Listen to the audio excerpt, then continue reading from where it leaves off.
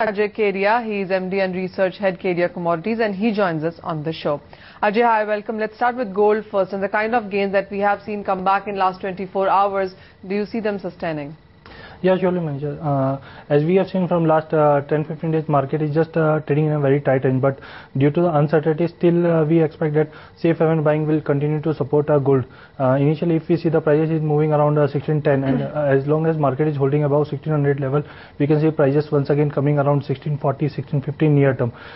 In MCX, if we see the rupee is once again supporting in a domestic counter, almost rupee trading about around 56 level. That is a very good support for M6 gold, and maybe we can see this week prices coming around 30,250 to 80 on higher side. Ajay, how about the silver prices? Because while the gold has been holding firm, we haven't seen a similar case coming in for silver. As we see that silver is just getting a very good clues from the base metal also. No doubt base metal has not been performed very well as compared to bullion if we take in case of bullion. Similarly, silver, we expect that market will be trading in a very tight range, and overall scenario will be supportive, because in Q3 we expect there should be a very good rebound in the base metal counter, and there should be a very good buying in silver also. So timing we will be in market will be trading in a very tight range, but despite of that also we can see the prices moving once again around 56,000 in domestic market, whereas in international $30 will be the very crucial resistance. If once it breaks $30, then once again we can see the rally coming around 32.20 on higher side. We have seen some amount of buying come back in case of the crude prices. Markets, of course, are talking about that QE3 or Operation Twist. There could be more stimulus coming in from US. Do you think that's the only factor supporting the non-agro commodities right now?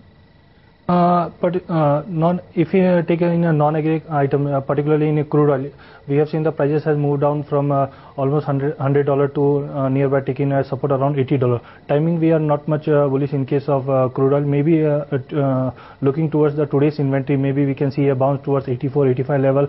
In case of domestic market, around 4700. But overall outlook will be remain weak in case of crude oil, because OPEC has already updated. Still the prices are slightly on higher side, and tomorrow there will be OPEC meet, and market is expecting unchanged. The timing there will be a jump, but overall scenario will be weak in case of crude oil.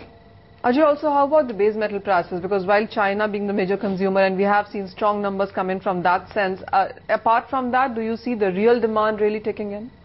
Not particularly for Q2, because despite of the good numbers coming from the China, but base metal is just stuck in that tug of war, because China's data which has come, it is supporting the prices, whereas in European crisis still creating a pressure. So timing we will be not being very much bullish in case of base metal, but later on in Q3 as we move out, definitely the recession economy will be just going out of the recession, and definitely market will get support. Particularly talking about the copper, market has just sustained above 400 level on MCX, and maybe it could be a range for next 1.5 months around 400 to 420.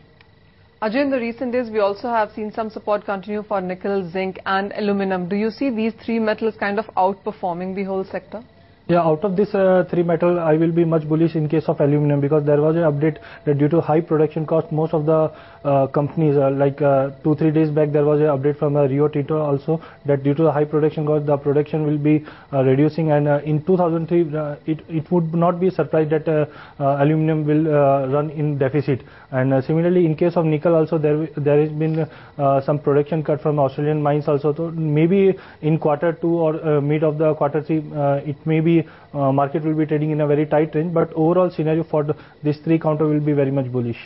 All right, Ajay, before we let you go, one agro commodity which you track is Mentha, and while the prices have come back all the way from those 2400 kind of levels to around 1300, 1200 levels, what strategy do you see at these current prices?